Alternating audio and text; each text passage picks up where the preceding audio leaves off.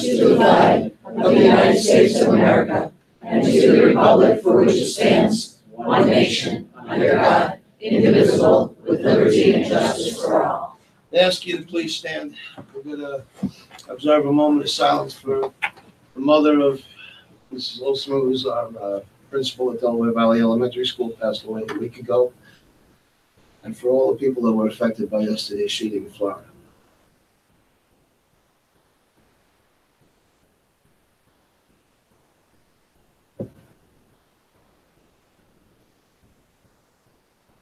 Thank you.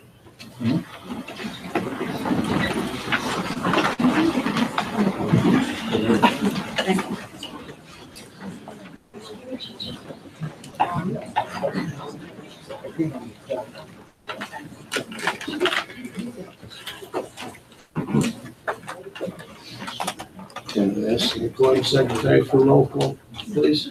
Okay, here. Brian Carso. Here. Jessica Decker. Here. Corey Homer. Here. Pam Lutfi. Here. Jack O'Leary. Here. Felicia Sheehan. Here. Rosemary Walsh. Here. John Robleski. Here. Delaware Valley School District, in partnership with our community, stands committed to maximizing student potential, fostering lifelong learning, and promoting responsible citizenship. May I have a motion to adopt the agenda? Move. Second.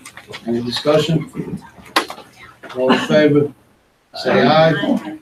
Any opposed? Hearing no objection, the motion carries. I'd like to remind everyone that public comments are welcome throughout the meeting. Please raise your hand, identify yourself, and ask to be recognized. Presentations. I'll ask Superintendent John Bell to introduce tonight's presentations. Okay, thank you.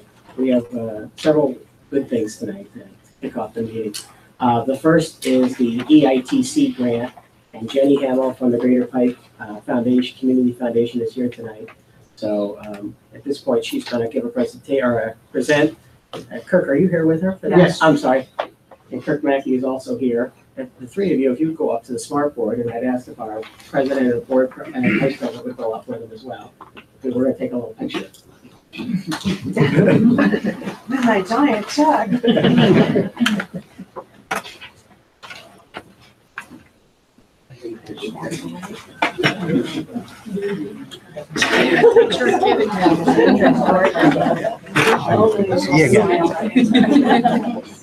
don't have to worry tonight. We'll give you. I'll be great, Jenny. Okay. Good. So, thank you for having me here tonight. My name is Jenny Hamill, and I'm the executive director of the Greater Pike Community Foundation. And I'm here this evening with Kirk Mackey, who is a member of our board of directors also, to share some kind of exciting news with you. Definitely good stuff. For some of you, you may know that over the last 3 years, Greater Pike Community Foundation and Delaware Valley have forged a successful partnership together with local business and the state of Pennsylvania's Department of Community and Economic Development through a program called the Educational Improvement Tax Credit Program, or the EITC program. As an educational improvement organization, Greater Pike has had the opportunity to work with Delaware Valley to develop and fund innovative and academically advanced science, technology, engineering, and math programming, or STEM programming, for students of the district. These programs have been generously supported and funded by our two local business partners, the Wayne and Dime Banks. This year, Greater Pike has the pleasure of awarding $13,600 to DV for the development of a new maker space laboratory and a summer science camp program. Mr. Curtis, faculty with DV's engineering program, is with me here tonight to give a brief overview of what exactly a makerspace laboratory is. It is really cool, and how it'll benefit students of the district. Before we take a photo and I ask him to give a little explanation of it, I do just want to say that in my opinion, the EITC program represents the best of community partnerships, benefiting today's students and future generations of Pike County leaders. It's a collaboration between a community foundation, a school district, state government, and local businesses. And Greater Pike values our part in this wonderful program and looks forward to seeing these dollars in action for our students very soon. I did also, for anybody who is pressed press here have a few press releases in case you didn't catch all of that. So I'll put those down in a second. Bob, do you want to come up here too? Sure. Yeah.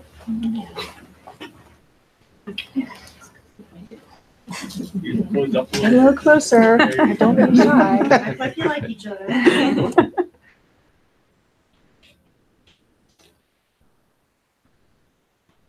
More. Perfect. Clear off the lights. Make me look handsome. Thanks, Chloe.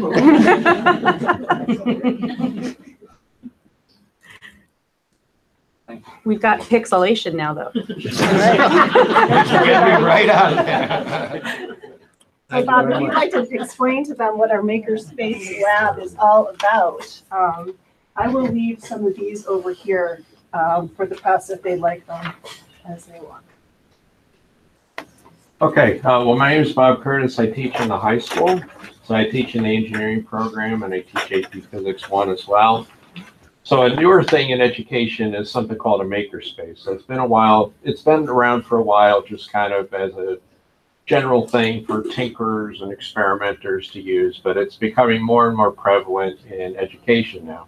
So in education, the idea of a makerspace is it's a space that students can experiment, they tinker with it, and they learn by doing. Instead of somebody just telling them about it, they figure it out on themselves. You know, they experiment, they make a lot of mistakes, but they learn from the mistakes and eventually get to their end result.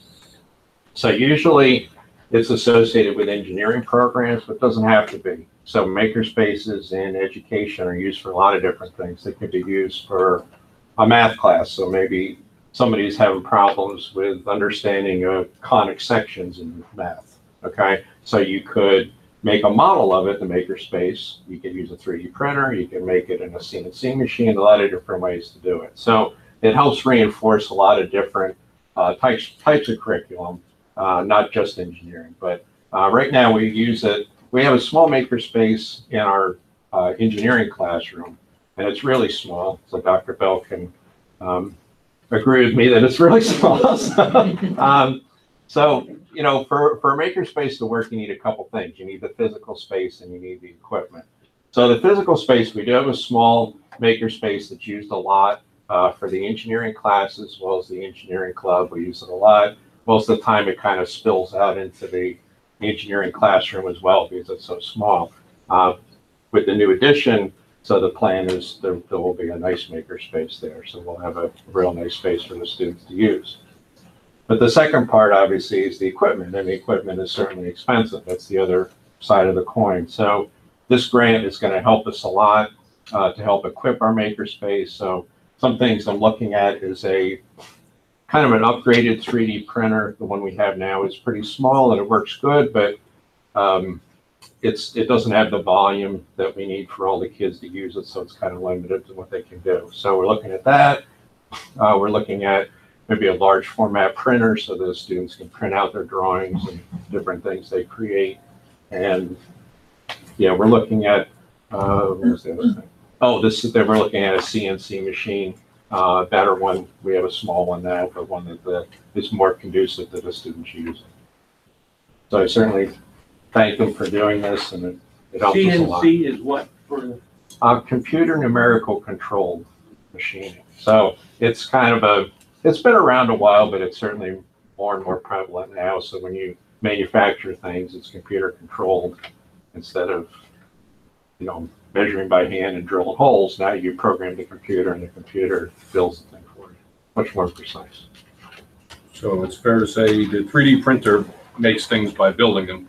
CNC makes things by taking stuff away from them. Yeah, exactly. That's very good. Yes, because there's actually different types of manufacturers, additive manufacturing processes and subtractive when we talk about. So a 3D printer is an additive process, but a CNC machine is a subtractive, where you start with a block of material and then it cuts it out. So, yeah, you're right.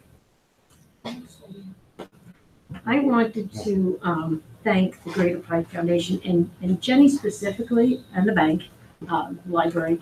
But Jenny really is the one who meets with us, talks to us, and puts the grant together. She does a lot of the heavy lifting Bob comes up with all the great ideas. So I wanted to thank you personally for doing that. It's been a pleasure working together, so. We're very fortunate to have Jenny. Yes, yes, we are. We are. Thank you very much.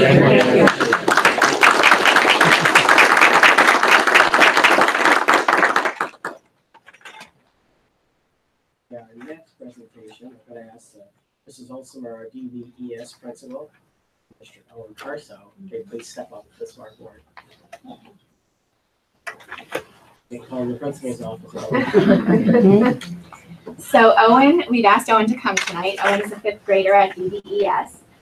Owen entered a Scholastic Book Club essay contest on creative writing, and he wrote a piece. I believe the theme was Star Wars, correct? Now I asked him if he wanted to read it, and he told me it was really long. So he might be able to share a little bit about what it's about. But Owen actually won first place in this contest, and it's a national contest. Wow. So overall, I believe the grades were 2nd through 5th. He received first place. And his prizes, he could probably tell you a little bit about those as well. I believe he received over $1,500 in prizes. So some big boxes came to the school for Owen. And I'm going to turn it over to him and let him tell you a little bit about the contest as well as maybe some of the prizes that he got. Okay, so I'd like to thank my teacher that gave it to me, which was Mrs. Zagarsky. She informed me about it. So then in early November, I typed up the story, and then we sent it to the Scholastic building in New York City. And we didn't hear anything for a couple months. It was just, so I thought that I didn't win. But then one day, my homeroom teacher, Ms. Atchison, called up and said, I have all these boxes. There's a pillow in here. So then she said, and I noticed that they say Owen's name on them. So, because some of the stuff went to her classroom. Yeah, all the stuff did. So then the next Monday, we went in early and we took all the stuff. And the whole day I was just waiting, what's inside the boxes? But then it was some pretty cool stuff. There were some pillows, some bookcases, some chairs, some Legos, a lot of cool stuff. And then the story was about, it had to start with a long time ago in a galaxy far, far away. It was about a boy. It was about Yoda told the boy that the boy was to become a Jedi. So then the boy did become a Jedi. And one day when Yoda was gone, the substitute Jedi teacher, had to take the boy to a meeting. So he went to the meeting, and it turned out there was a Sith Lord in disguise, and there's a big duel. And then the Sith got arrested. And that was the end of the story. Any questions? Did the boy ever become a Jedi? Yes. Oh, and in that box, were there any fly fishing rods for your dad? Or? No. He would have liked that though. Oh, when I read that, I came home from work last week and I was sitting there opening my computer up and I came home and my daughters, they know you guys, you and your brother. And I went into Pike Courier and I popped on and there was your picture and I started reading about this and I was really impressed. There was a national contest and you won all this stuff. And I called the girls, I said, Shelley, come out here, look who's in the paper. And they were like, wow, we know him, that's Owen Carso. And they were like, he's like famous now. I'm in the paper all the time. They said, yeah, but he's a kid like us. That's so cool. So they were very impressed, and we're very proud of you. That's a great achievement to do. You know, it's fantastic. So, congratulations.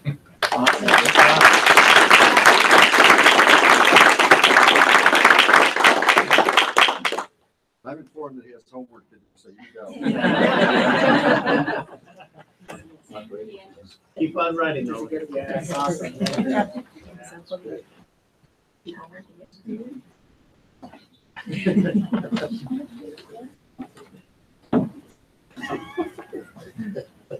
Okay, our next presentation is of our Winter Special Olympians.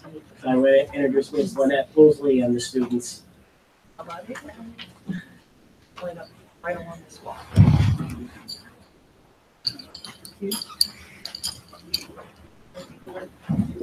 Oh, yeah, Katie, girl.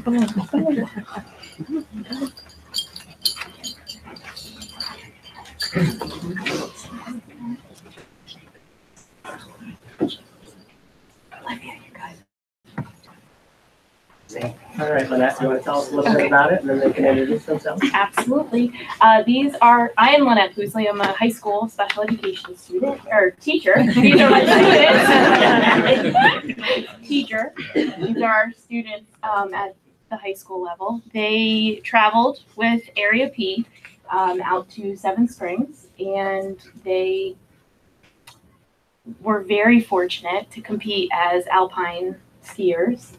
We were there for 4 days. And they're going to talk a little bit about what we did there, what Special Olympics means to them. Our other coach is Eric Goodrich. He's not with us tonight. He is skiing and getting some practice in because the kids are getting better than he is. Katie, you want to start us off? Honey? Go ahead. My name is Katie Leon. I'm a 12th grader. I'm a senior. And I'm from Delaware Valley High School. Then I have autism. Hi, my name is Dominique Dunn. I'm a junior and I'm an IP. Hi, my name is Michael Deming and I'm a senior from Delaware Valley District and I have specific learning disabilities. Hi guys, my name is Nico Forlenza and on behalf of all of us, I just want to say thank you for letting us travel back to Seven Springs because it was a phenomenal trip and we really enjoyed competing. I'm Jonah and my thing is him.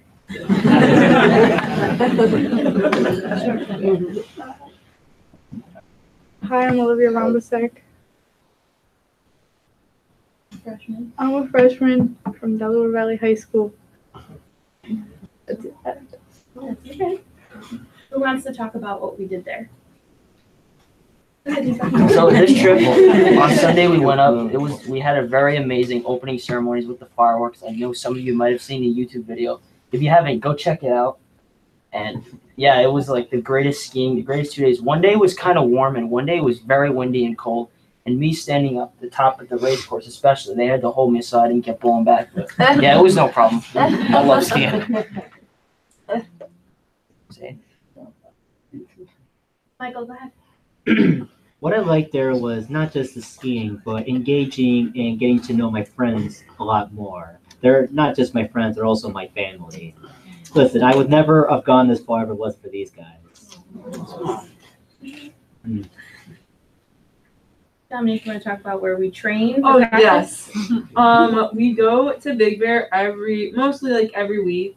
Those people are definitely like family on project, right?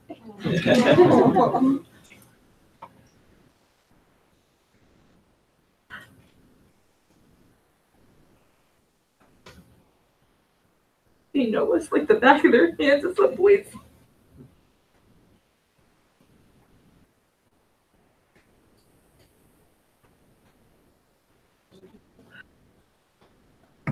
Okay. Dominique is drawn. All of our athletes are very fortunate to have Big Bear as our training. We're there every week. The staff there, Dominique, when we practice this afternoon. Dominique wanted everyone to know that the people at Big Bear, while these guys feel that they're part of their family, is because they understand both their abilities and their disabilities, and we're welcomed there. And the important part for Dominique was that there she's accepted. And I think for all of our athletes out at Seven Springs, there was over 350 athletes that competed in snowshoeing, alpine events from giant slalom and slalom. We had speed skaters. They had a unified event for snowshoeing as well, which is regular education students and special needs students together on one team. We also had many athletes competing. I'm forgetting one of our events. Figure skating as well. And when they're there together, it's all about being together, and it's people with disabilities accepting one another. And when we're at Big Bear, we're out in the public with the regular, everyday staff who just love them and will spend as much time as they need to getting them the gear that they need so that they can compete at the level that they can compete. Two of our athletes, Michael and Nico, got moved this year from the one novice slope up into intermediate. This was their first time moving up, which is a whole new hill. They were away from their teammates, so that was something that was a little bit different. And then we had another athlete with us who is not here tonight, but this was her first year finishing the course without falling. That was 3 years in the making. So that was very cool for all of us to experience that together. Anything that I missed, Dom? Oh, and they deserve a big bear hug. And don't forget Snake Eyes. Yeah. And we want to thank, who else do we want to thank? Mr. Kudrich. Mr. Kudrich, who's not with us. Lucky duck. Because he's skiing and we're here. I mean, we're thankful. We'd rather be skiing. Can you just tell me what you won your medals for? What each one of you won? Which events? It's okay if we don't know which one, but I believe one of them was the Super G on intermediate level. yeah. That's all I remember. Yeah. Jonah, Same thing. what'd you compete in? No, just the same thing, right? Some of the golf. What did you win? Yep. Same thing, but differently. I don't know how to get it down. Well, okay, slow. Nico and Michael were at the intermediate level. They got moved up this year, and they competed in the giant slalom and the slalom. We had normally we're there. We compete in 3 different races. However, we had a race delay on the second day. These guys were outstanding. We had to wait an extra 3 to 4 hours, and unfortunately we had to cancel one of the races just due to timing. Jonah and the girls were on a different hill, different course. They also competed in the giant slalom and the Super G. They're amazing. Congratulations to all of you. Yeah, thank you. Awesome. That is awesome, guys. As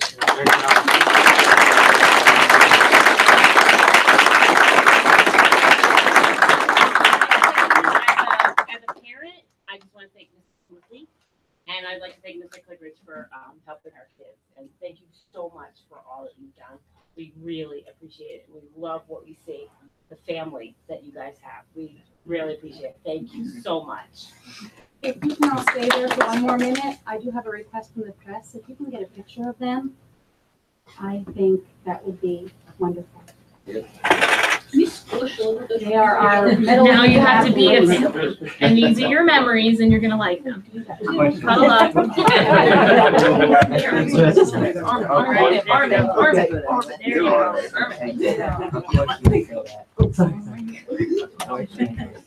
you go. Oh, that looks good. That's good. I'm gonna think of you guys when I'm watching the Olympics on TV. Yeah. Okay.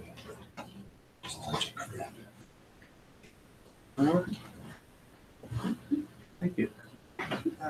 Great job, guys.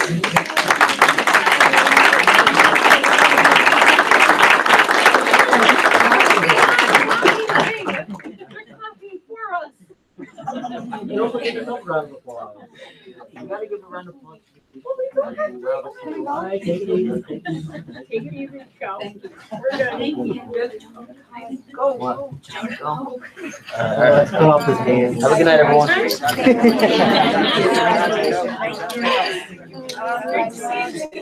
Great job. Thanks.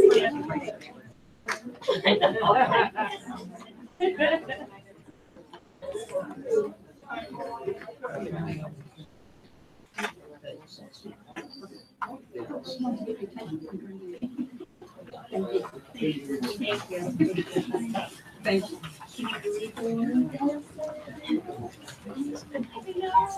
Okay, our 4th and final presentation tonight is this is the year of the Eagle Scout. Just about every meeting, we've been lucky enough to have an Eagle Scout here. And tonight we have Senior Jonathan Langford, who's going to tell us about his project.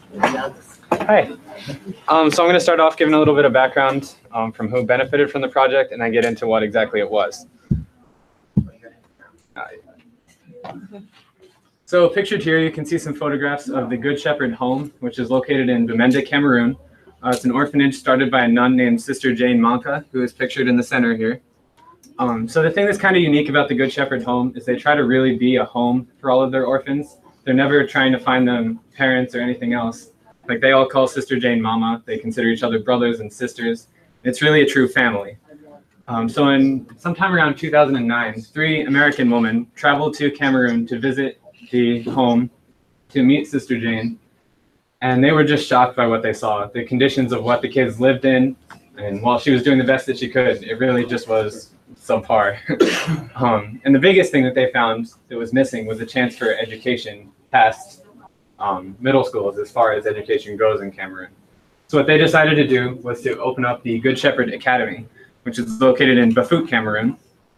So it's currently in its 2nd year of operation. They're only around 50 students right now, but they will have a couple hundred by the time all the construction is complete. So just for an idea of it, they finished phase 1 and phase 2 of construction, which you can see the dark blue roofs and the slightly lighter blue is all built and on the premises, and they're working on phase 3 now. So for my project, what I decided to do was to essentially send a band program to this academy overseas. So the first part of what we had to do was collect all the instruments and everything that they would need. So you can see here we had flyers all around town explaining what the project was, where it was all going, with some contact information. And then the big day that we had was a donation day at the Pike County Library. We received somewhere in the neighborhood of 16 instruments that day. That was really nice of the library to let us use the porch, and really, really nice of the community to donate that generously. This is just a photograph of where we were at the end of that day. We wound up with around 33 instruments by the end of the collection. There's a nicer photograph at the end of the presentation. So the second phase was to get all the instruments repaired and to raise the money to get them from here to Africa. So one business that was extremely helpful was the Milford Music Center. Gave us a ridiculous discount. They were extremely generous, and I really would like to thank them throughout the whole process, really. So one highlight that I just wanted to mention was this bass drum that was donated. What we wound up doing, we painted all the rims, cleaned it off completely, and using money donated from the school, they said they would contribute to this part, we purchased drum heads with the logo of the school on it. So people from the school have remarked that these drums are going to be life-changing to them almost, that they really have nothing like this in a lot of Cameroon. So they said this is something that the school themselves was really excited about, which is why I wanted to mention it at one point here. Another thing that we did, we took each case and stenciled on Good Shepherd Academy Band. And that was just because we really wanted the kids to feel as if these are theirs. So a lot of them have only ever had hand-me-downs, only ever had second-rate things. And while some of these instruments weren't perfect, having that name on there was really, I think it'll be very helpful to them to really take some pride in what they're doing with this program. So for the fundraising stage, a big part of what we did was hold a benefit concert here in the high school auditorium. So we had a band and my father perform. And we had a decent attendance. We raised around $800 in the night, which went a long way, as you can imagine. And we also had a presentation from one of the women who did travel to Cameroon in that original photograph. She came in, talked about the school, what they've been doing, and how this program is going to benefit them in the future. So after we had raised the money, we were able to purchase around $400 worth of supplies. So that's including cleaning kits, reeds, valve oil, really everything they're going to need for probably a couple years to run these instruments. That was also at a very nice discount from Alto Music. So the last phase of the project was getting everything from here to Cameroon. So we used a shipping company based out of Maryland. He was a Cameroonian shipper. So he knows the ins and outs of customs, everything else that they had to do. So we packed everything up into boxes, so it was all nice and safe. Put it into my dad's truck. The two of us drove down to Maryland, met the shipper at his warehouse, left it all with him. It was on the ship by early August. They got them in the port in Douala mid-October. and somebody from the Good Shepherd home drove down to the port and picked them up the first week of November. And the reason it was somebody from the Good Shepherd home is because the academy is unfortunately closed right now due to some violence going on in the country. It's really not safe for them to be in school. So we're all hoping that changes soon. So they're currently being housed at the orphanage, completely safe, and they're hoping it'll wind up at the school within the next few weeks, if not months. And that's just one last picture of everything that was sent. Great. Nice job. Any questions? Sheet music? Sheet music? Yeah, how much? How many? I don't know the exact number of books. We had some leftover things that were just in filing cabinets at the elementary school. The band teacher said we could have them. They're not used. So I don't know the exact number, but we tried to get around 1 or 2 lesson books per instrument. So where did this idea come from? So I'd heard about the school in the paper when they first opened early last year and thought it was cool at the time. Wasn't really thinking about an Eagle project, so put it out of my head. A couple months later, I had tried 2 or 3 projects that just ran into dead ends, didn't quite work out. So I thought of that school that I had heard of, went on their website and found they were raising money to start a band program. So I got in touch with the person who gave the presentation at the concert, and she said, well, we're raising money, we haven't gotten any money, so they don't have anything. So I kind of said, well, we can change that. And went from there. Very entrepreneurial. So they already had the idea in their head to have a music program, they just didn't have. Yeah, it was kind of like a pipe dream almost. Okay. So they have a music teacher, so it's not like. They did not at the time, actually. Okay. Part of my project, I had raised an extra $1,500 that's going to go towards funding that teacher's salary. Great, wonderful, great. You know, I think that really is going to be life-changing for some of those kids. It's fantastic. You know, I've sat here now for a few years, and we've had many Eagle Scouts come in, and I play a lot of different musical instruments, so I guess this is something special to me. But what you've done is you've just opened the world. You've given a child the world, handing them a book, handing them a paintbrush. You've given them an instrument, and that opens up worlds to people. It opens up different cultures, different music, different things. You've really given somebody something. You've given it to multiple children. You know? I gotta say, out of all the projects, they're always impressive. You know, an Eagle Scout project is impressive. But out of all of them, this seems to impress me. And like what Corey said, where'd you come up with this? Because this is really great. This is really great. I love to see it. Thank you for doing this. It's great. Thank you. So you're going to be able to track this? So I'm still in touch with my contact who had spoken at the concert. She's in touch every day with Cameroon. So every time she hears anything, she lets me know. So yeah, I will still be in touch with them. See when they finally do get the program going. Do you have any hopes of going there and seeing it? I would love to. When John was at DVES, we had little Owen here before. When Jonathan was at DVES, he wrote and published his own book. So that's kind of neat. Full circle from Owen. Grow 2 feet taller, and that's what John, I wanted to ask you, do you know where you're going to go to school next year? I don't yet. I've heard back from 3 out of the 6 I applied to, so I'm not going to know until April probably. Sure. Well, good luck. Well, thank you. Before you shut that down, could I get your picture in front of it? Yes. I just want to point out that our local Milford Matamoros Rotary Club has also donated substantially to this school for their water project. And they are now in need of perimeter fencing to provide protection for those students when they come back to school. So Rotary is looking for ways to help fund that if we can. Very expensive project, but we're looking into it. So the work continues. These kids are, I encourage anybody to read the book that was on the screen. I Am That Child. Find that book and read it. It is astounding to hear these kids' stories. A lot of these kids were HIV orphans. Both parents died of AIDS. And the children basically just left in the street, had absolutely no place to go. So this is God's work that's going on over there. It's amazing. All right, thank you.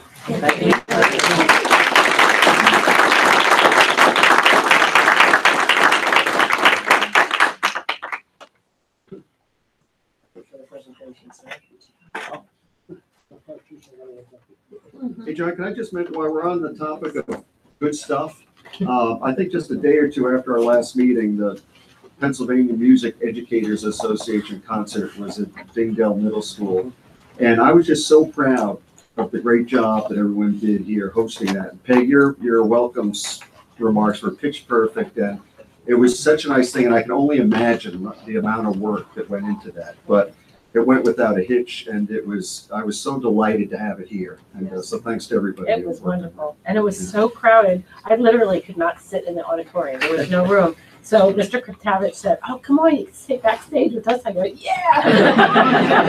So I got to move them, get them set up for the next between. It was great. They really were fantastic, and the conductors, they bring in guest conductors, and they were wonderful, really wonderful all day. So it's a great experience for our kids, and the first time we ever did it with elementary. So it was 5th and 6th grade. So. Or 6th graders, but it's considered elementary with PMEA. So they're remarkably good for that age. Yes. They can really perform. Okay. May I have a motion to approve the minutes from the regular board meeting held on January 18th, 2018? Second. Second? Who was the second? Any discussion? I abstained, Jack. I was in surgery. All those in favor say aye. Aye. Any opposed? Hearing no objection, the motion carries. Reports, I guess we're going to dispense with the student reports from Shane Vagan and Ariel Como, because they're not here this year. Administrative reports and attendance reports. Are there any comments on the administrative reports or attendance report? Are there any comments on the financial reports? And we'll move on to the superintendent's report with Dr. Bell. Okay, thank you. Just a couple things I wanted to bring everybody up to speed on. The Next Generation Technology Committee had its first meeting a few weeks ago. They'll be meeting again on February 27th. And some of the next generation things we're looking at: virtual reality, augmented reality, artificial intelligence,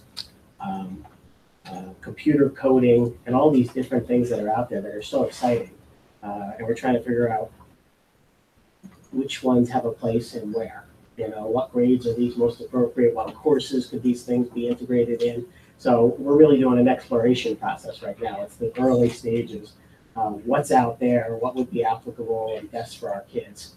So that's the genesis of that program. The other committee is called the Educating the Whole Child Committee. And there are 5 tenets to educating the whole child, but we're going to focus on 3 of them. And really, we're going to focus on all children being safe, being healthy, and being supported. There's a lot of talk about mental health these days, and are the proper supports there for kids. So we're going to have our first meeting for that on March 6th, and I'll send you more information about that so you can all be invited. We'll probably tackle that in 2 groups, elementary and secondary. And we'll probably splinter into 3 subcommittees, because each one of those tenets is a huge project of more things that we can do for our kids in those areas of healthy, safe, and supported. So I'll keep you updated on that, and I'll send you a reminder about the date for anybody that wants to be a part of it. And then the other big question, which is always the question everybody asks: how many snow days do we have left? We have 2 left. We've used 9 out of the 11. But we do have 2 in the bank if we need them. We could go, hopefully we won't, but we could go as far as 13, because school's scheduled to be out on a Wednesday. But certainly that can be pushed back to Thursday or Friday, June 14th or June 15th if needed. Graduation is Friday night the 15th, so we have a little wiggle room there if we need it. Hopefully yesterday was the last surprise, but you never know. Last year in March, we got hit with the blizzards, and we ended up using 13 last year. We lost 2 days of the spring break. So we'll see where we go with that. And certainly, I talked to some people today and put a letter on the website and on social media, because anytime there's any kind of school violence in the country, it certainly catches everybody's attention and makes everybody nervous. So that was part of the reason for putting the letter out today, to let people know where we're at, some of the things we're working on, although we can't disclose a lot of the things that we do because you don't want to give away a lot of your safety techniques and strategies and locations and things like that. But I just wanted to just say that we have a comprehensive safety plan that's updated every year. Some of the things, just an example, some of the things that are in the safety plan is where would the incident command center be? Where would you have a triage location for injured people? Where would you have a parent reunification point? When, in yesterday's incident, they were going to the Marriott down the street. That was where the parents were meeting the students. Things like where is a helicopter landing zone if you need it for hospitalization?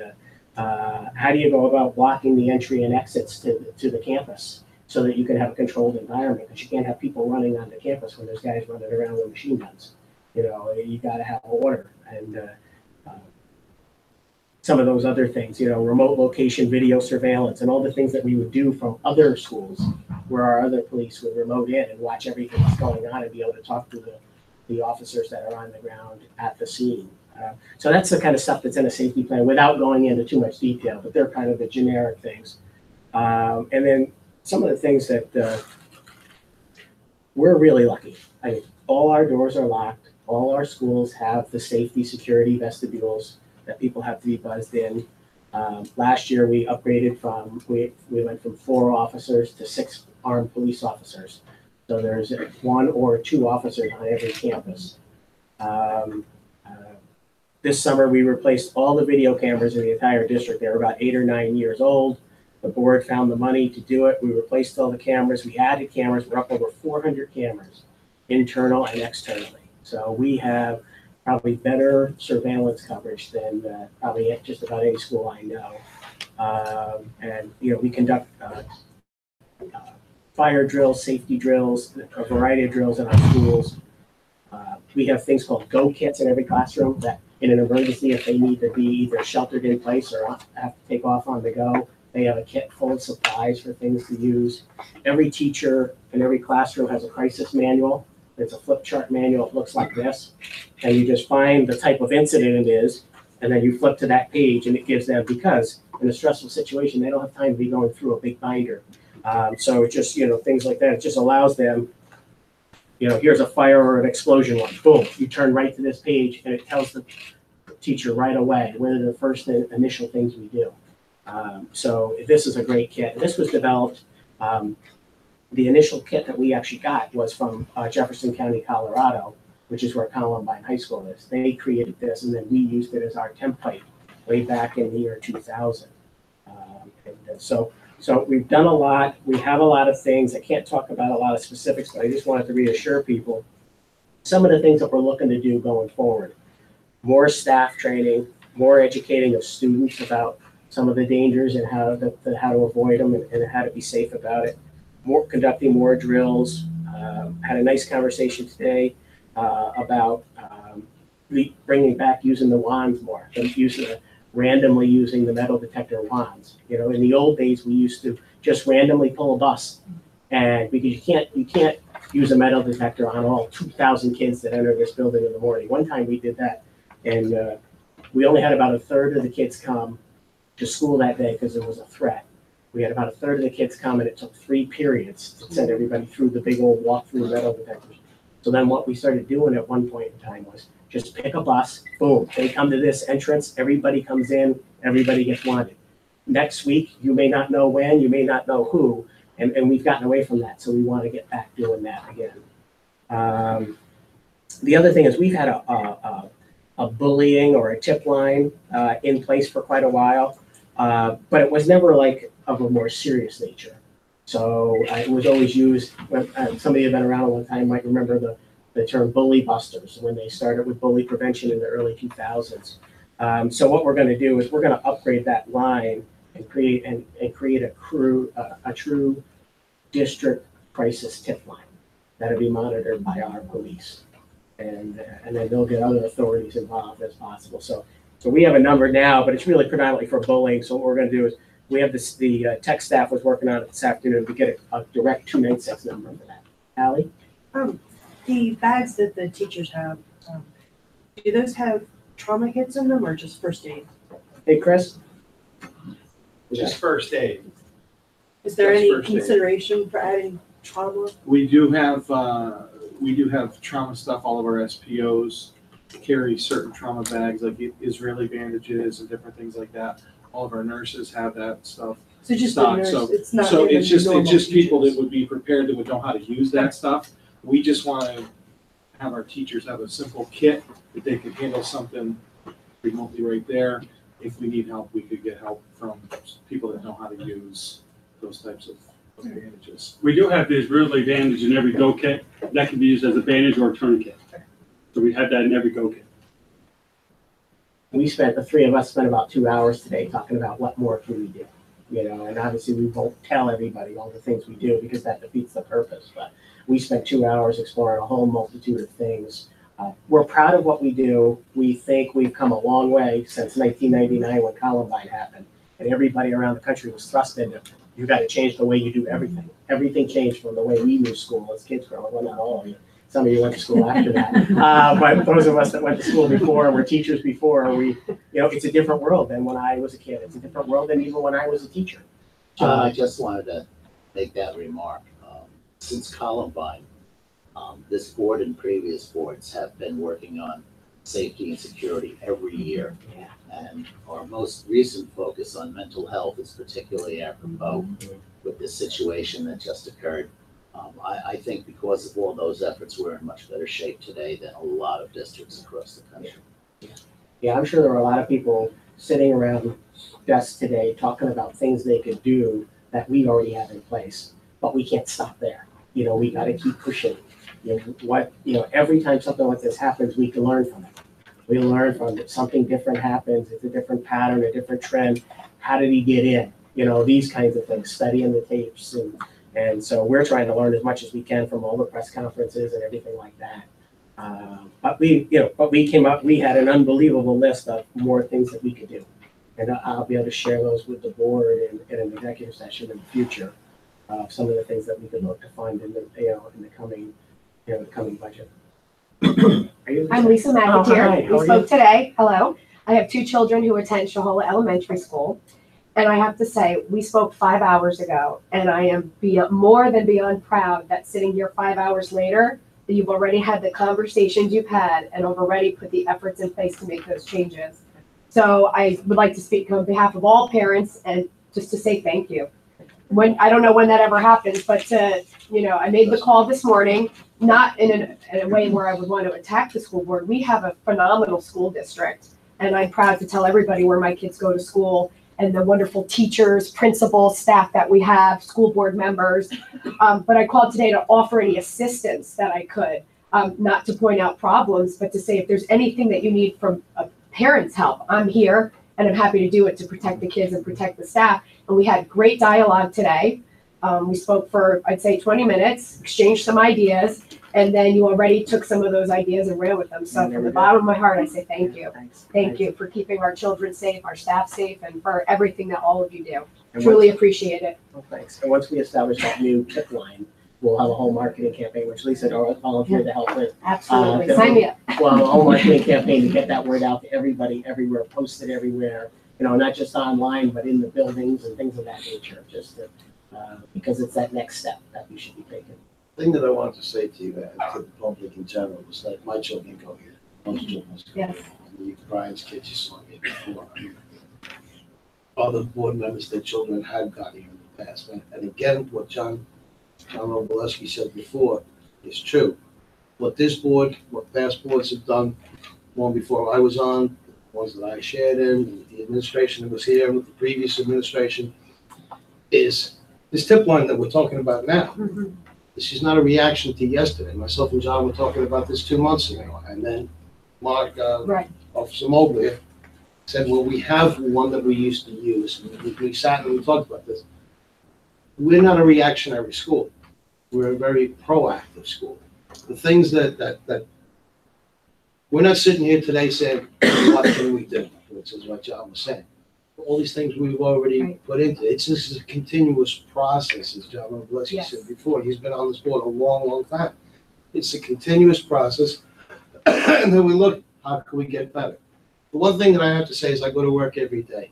I never, and this came out when we were searching for that guy that shot him. I don't ever mention this guy's name. It was the guy that shot the state trooper, killed the state trooper a couple of years ago. I go to work every day. My children, they're the most important thing to me as any parent. I placed them in Dr. Bell's care and the staff's care. I don't worry about those children's safety. You cannot replace that. If God forbid something happened to my child, I would know that it wasn't because we didn't do something or didn't think ahead of time or we were reactionary, because we're not reactionary to things at all. We try to identify these children. You hear so many times, well, the child was missed or the child was a loner or whatever. We put programs in place that you wouldn't necessarily think were safety programs. After school activities, Japanese club, art club. What does that do?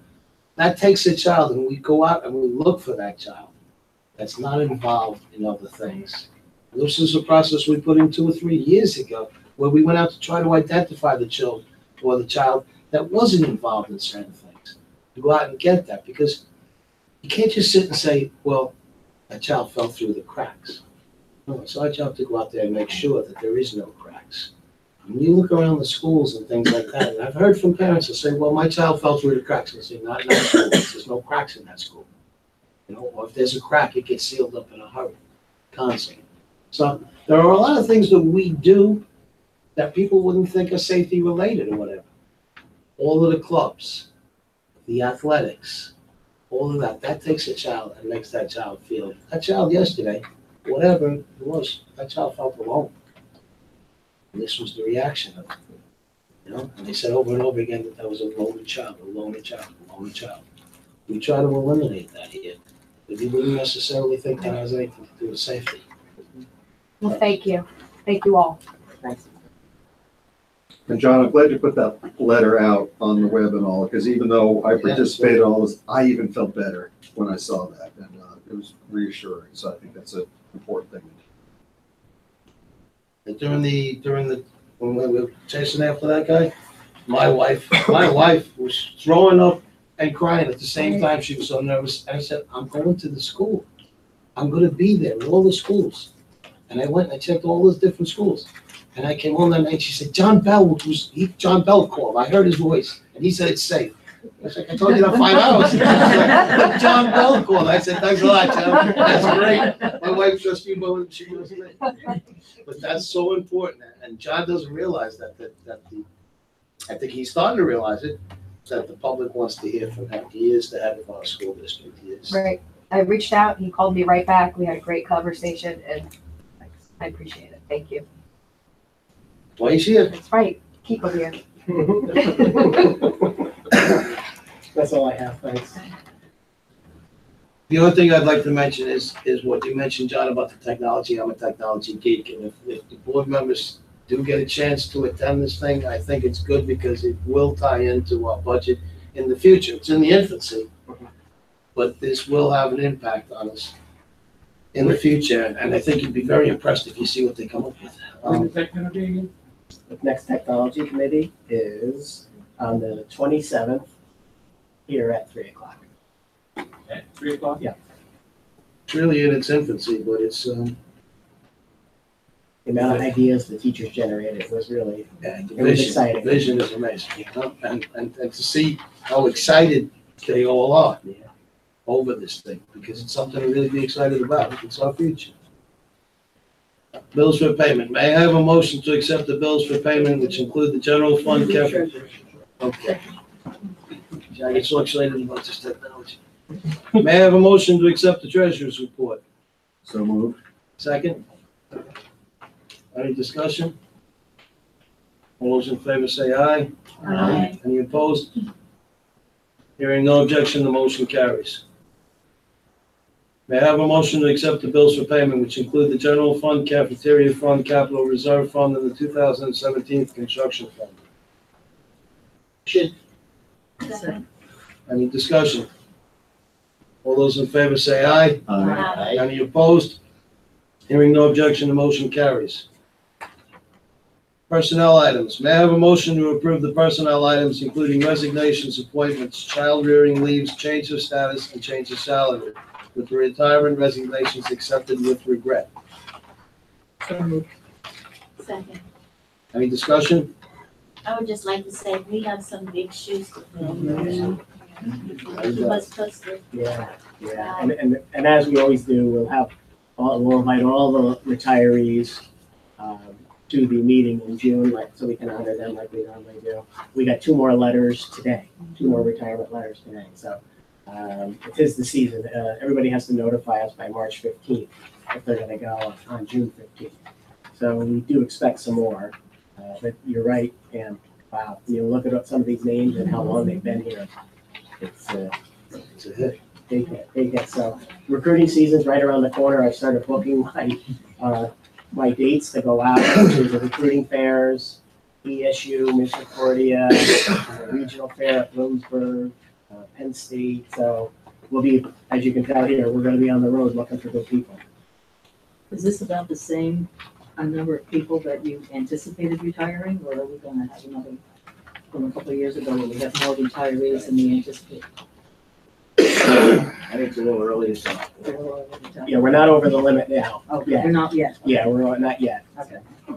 I have to mention 2 people in particular, Stephanie Cavallaro, who did such incredible things with our art department. We walk around our schools, the art on the walls is fantastic. She's put together art displays that were professional in nature. She is really going to be missed. And you may remember, she's the one who comes around to all meetings once a year and gives us the cards that were made with the student art. Absolutely a treasure. And then Jim Purcell. Jim Purcell was here when I was a brand new board member. He has been with us for a long, long time and really is a part of DV. Jim Purcell taught me so much as a new board member. He really mentored me and took the time to explain things to me when I didn't know what an IEP was. So he is really going to be missing that. Those are hard shoes to fill. Jim came in 1986, was a reading teacher, assistant principal, director of elementary ed, assistant superintendent, director of secondary ed. So he's had a great run here. He's away. He and Brian are at the Pennsylvania CTE Directors Conference today and tomorrow, which he would have stayed home anyway. You know him, he's so nice. So he wanted to get this over with without not being here. But he'll be a big loss. How many years has 34.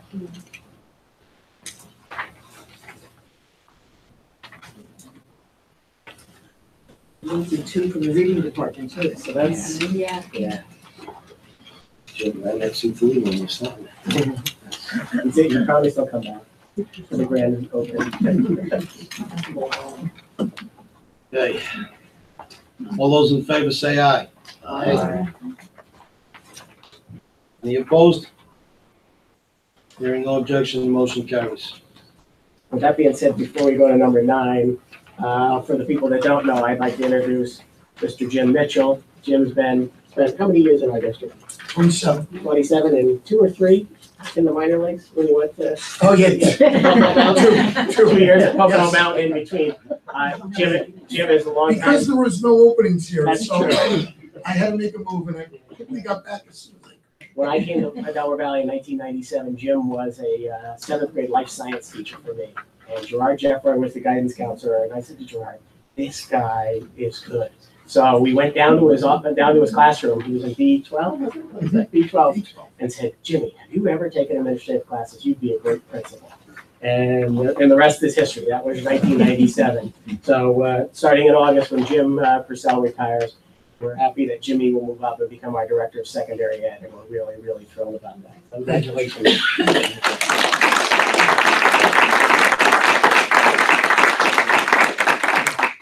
John, go ahead.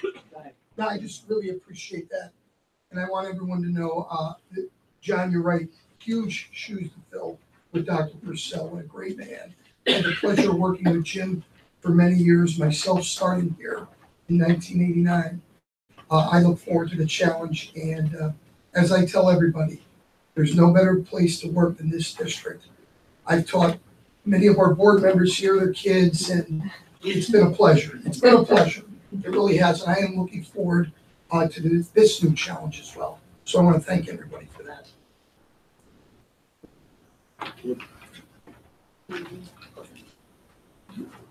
Carry on.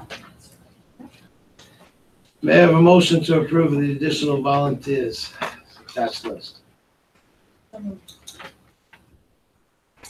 Second. Any discussion? All those in favor say aye. Aye. Any opposed? Hearing no objection, the motion carries. May I have a motion to approve the request for the waiver of rental fees for the following organizations subject to approved insurance? 1, Calvary Chapel of Milford to use Delaware Valley High School auditorium and 2 classrooms on February 4, 11, 18, and 25, 2018. March 4, 11, 18, and 25, 2018, and April 1, 8, and 15, 2018, for the worship service at a loss of rental fees of approximately $2,530. What's the story behind that? They're moving to a new location that's not ready yet. So just like we did with, what was the name of the other church? Center Reach. Center Reach had used us temporarily before they got their new location. The same here with Calvary. And they still must pay for a custodian to be on duty. This is just the room fees, that we would waive, but they still have to pay the cost of the custodian.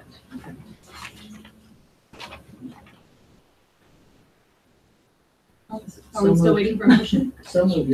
Okay, are we doing one at a time? Yeah, we'll do them one at a time. So who was the motion? Motion was Rosemary. I'll second. Any opposed? All those in favor? All those in favor say aye. Thank you. Aye. Any opposed? Hearing no objection, the motion carries. May I have a motion to approve the League of Women Voters of Pike County to use the Dingman, Delaware Middle School Auditorium on March 19, 2018 for their panel discussion on school funding and a loss of rental fees of approximately $200. So moved. I just have to mention that's a little odd that we're doing a presentation on school funding and we're losing.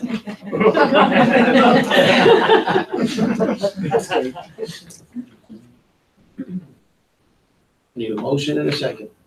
We got it. All those in favor say aye. Aye. Any opposed? Hearing no objection, the motion carries. May I have a motion for the approval of tenure for Sarah Walsh? Second. All those in favor say aye. Aye. Any opposed? Hearing no objection, the motion carries. May I have a motion for the approval of the termination of employee district number 2017-2018-01045 as an employee of the Delaware Valley School District, effective January 19, 2018.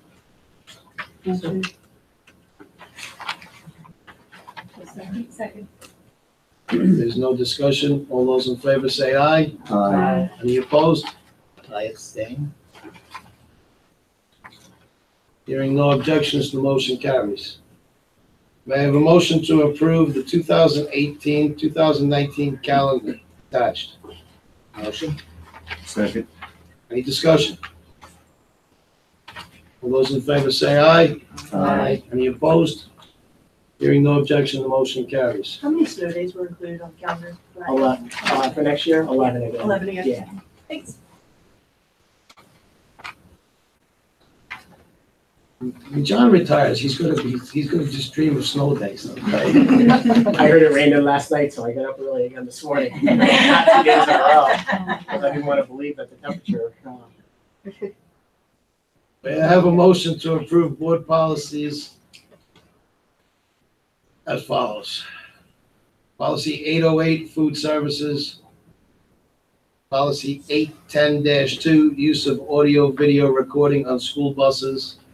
Policy 811, bonding. Policy 812, property insurance. Policy 813, other insurance. Policy 814, copyright. policy 817, sun safety. Motion? Second.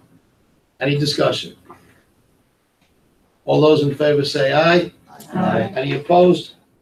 Hearing no objection, the motion carries.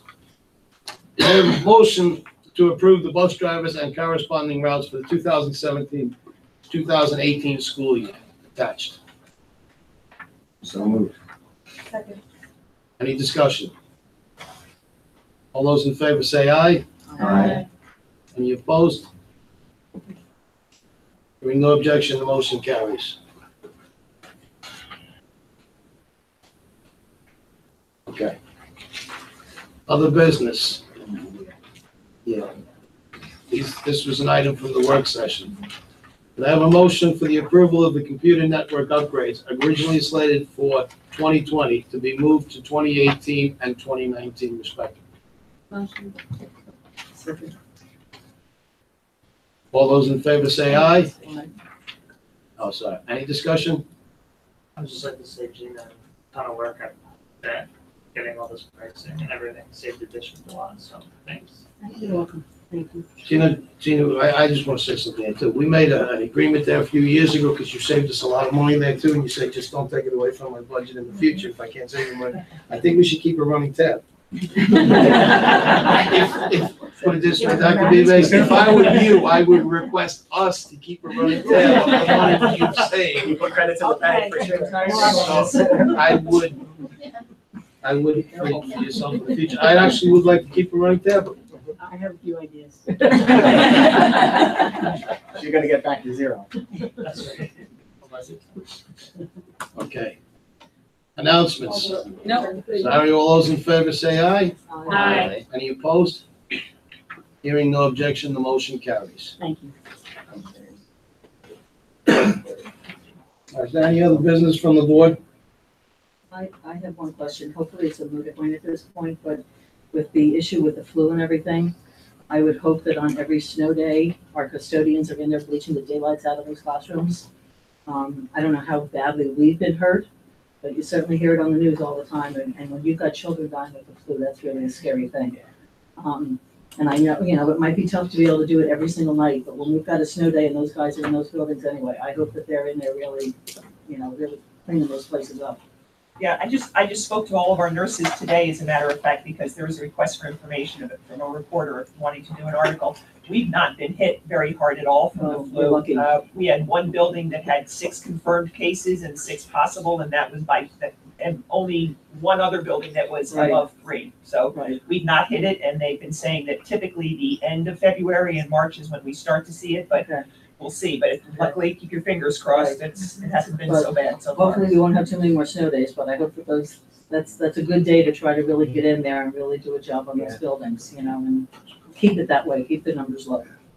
I gotta say one thing, I walk around our buildings a lot, and I'm in here for many different reasons, and I always say this about our custodial staff, because I've worked in other districts, I've done construction in other districts. When you walk into our school,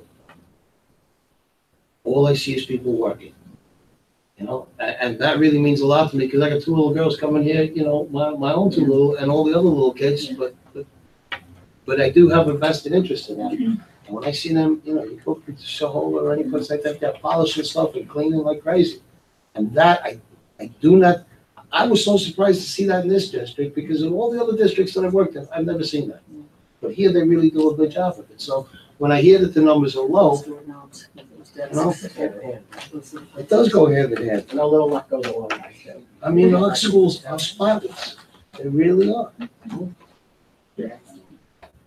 As a foreign observer from New York, I'd like to back that comment. As I get into the schools for various meetings at various times, being a photographer, also notice there is an overall feeling of shine, and it just kind of just reflects everything where you look, which is not the usual case.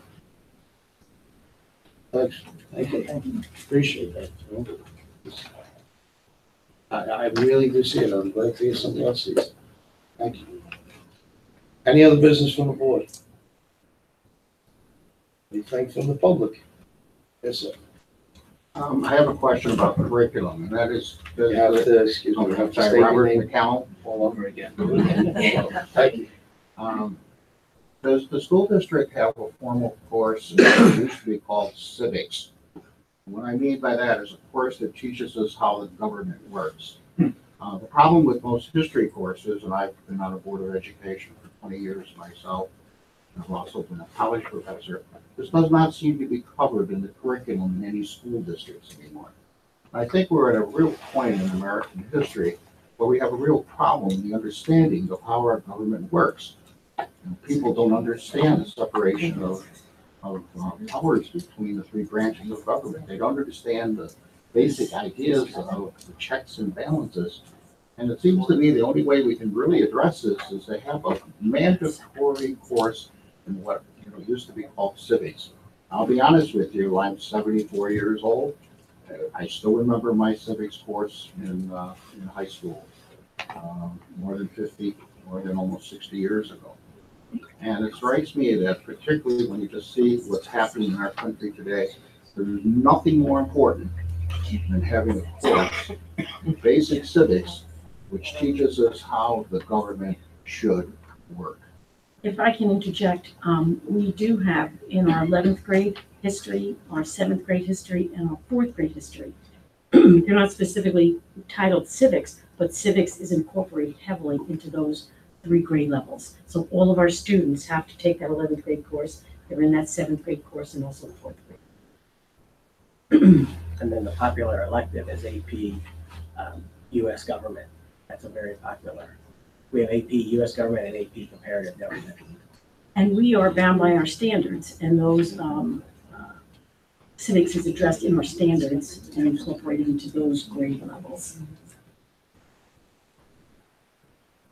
Can I just make one more comment, and that is my teaching experience is that I've never seen that actually happen, and that it was it may be in a curriculum, but for whatever reason, it's not covered. And one of the real problems is a modern American history course often stops, for instance, at World War II, for instance. And they don't even cover things like the Marshall Plan and things like that. I will say that I have a 4th grade student, and I can attest to the fact that their big project over Christmas break was they had to do a mobile on the 3 branches of government and how the separation of those powers and checks and balances. And I will say that I wasn't sure, when he sat down to do his project. And I mean, let me tell you, my husband is very, he's a history and political science degree, and he's very involved in civics. And he asked him, he put him through, the ringer as far as questioning him about what it meant and if he truly understood. And he could answer every question my husband threw at him. So whether it's just his teacher, but he absolutely understood the 3 branches of government. He knew everything about those checks and balances, what their powers were, what their duties were. So I have to say, maybe it's just that case, but I'm sure that if he's doing it, and I know it was all the 4th grade students had to do the same project, that I know that they, at least at the elementary level, they absolutely are learning it. The other thing too is we don't necessarily have what we had in the old days where teachers create their own tests. We have all common assessments that are based on the curriculum to ensure that everything in the curriculum is taught, because it will be tested on the assessments that are not created by the individual teacher. So if I love the Civil War and I want to spend 2 months on the Civil War when I'm only supposed to spend 3 weeks, my kids are going to perform poorly on the common assessment that every teacher in my grade level gives. And then that's going to cause us to do data analysis to say, why are your kids missing out on this, this, and this? And then they might say, that's because I taught the Civil War for 8 weeks. And we're like, you can't teach the Civil War for 8 weeks. You teach these topics for the appropriate number of weeks that are in the curriculum, because your grades are going to be tested on it, and you're accountable for your kids' performance. And then if you just made your own test out, there would be no accountability piece to it. You know what I mean? If you're a teacher and you teach what you want. So those days are gone.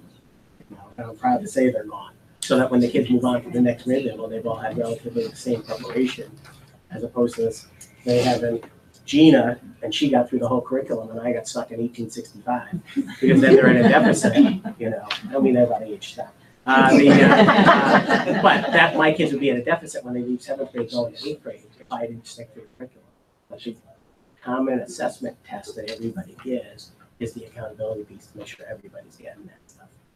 And if you go out to the website and look under our course selection guide, you can see the different courses. But I just pulled up the curriculum for 11th grade, and the course is designed to challenge students to identify, explain, and apply concepts and principles of American government, its history, and role in today's world. Students will explore the topics of America's political foundations, the Constitution, federalism, political beliefs and behavior, interest groups, elections, the media, the structure and powers of the federal and local government, comparative political systems, civil rights and civil liberties. It will also include foreign, domestic, and economic policy.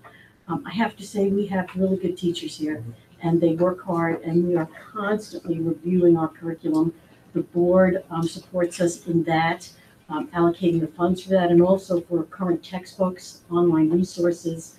So, and as Dr. Bell said, the assessments, so we hold our teachers accountable to teach what's in the curriculum, and our principals are doing evaluations and walkthroughs to make sure that the curriculum isn't a book that sits on the shelf, but that it is truly taught. And I agree, it's a critically important issue. You're right. Yeah, you're right. And I appreciate you bringing it up. But we do address it, and we address it heavily. Thank you. You're welcome. Maybe we should revise it how the Congress works and doesn't work. We should invite the Congress in to see how their own government works. Any other questions from the public? My name's Dan Gordon. I went to Delaware Valley. I first grader in Delaware Valley. School shooting yesterday and every other school shooting, it affects me. DV with their on-campus cops, I completely support that and encourage that. Talk about metal detectors and all that. I remember when that was used in middle school after Columbine. My personal feeling was I didn't feel safe going through metal detectors every day, and it felt like you were in jail. I don't fear for my kids' safety here. I feel like they're safe. Any way you guys can improve safety, bulletproof glass, better response times with the law enforcement, anything, do it.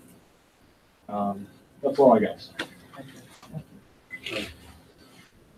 I've never heard a suggestion that any board members come up with or anybody in the public that wasn't taken serious consideration. We do talk a lot about this quietly because we can't talk out in the public of it for safety reasons. And I just gotta say, everybody here has been very supportive of each other. Nothing has been off the table when it comes to this type of thing. It is priority number one in this district.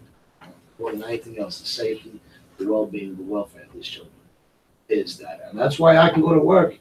I have kids too. And I don't really worry about them. I hear being safe, you know. I never actually worry about that. And you can't replace that. You cannot replace that. Thank you, Mr. Board. Anything else? Question with regards to. How do we do with swimming, first of all? Oh, that was good news and bad news, by the way. The boys won big and the girls lost big. The audio video recording on school buses, school policy, any change or revision on that from the previously existing? Well, we're changing this year, we updated the policy. We can give you a copy afterwards if you want. So you can have a copy and you can see the highlighted items that were changed. Some in the definitions and some about the pixelation. We'll give you that, okay?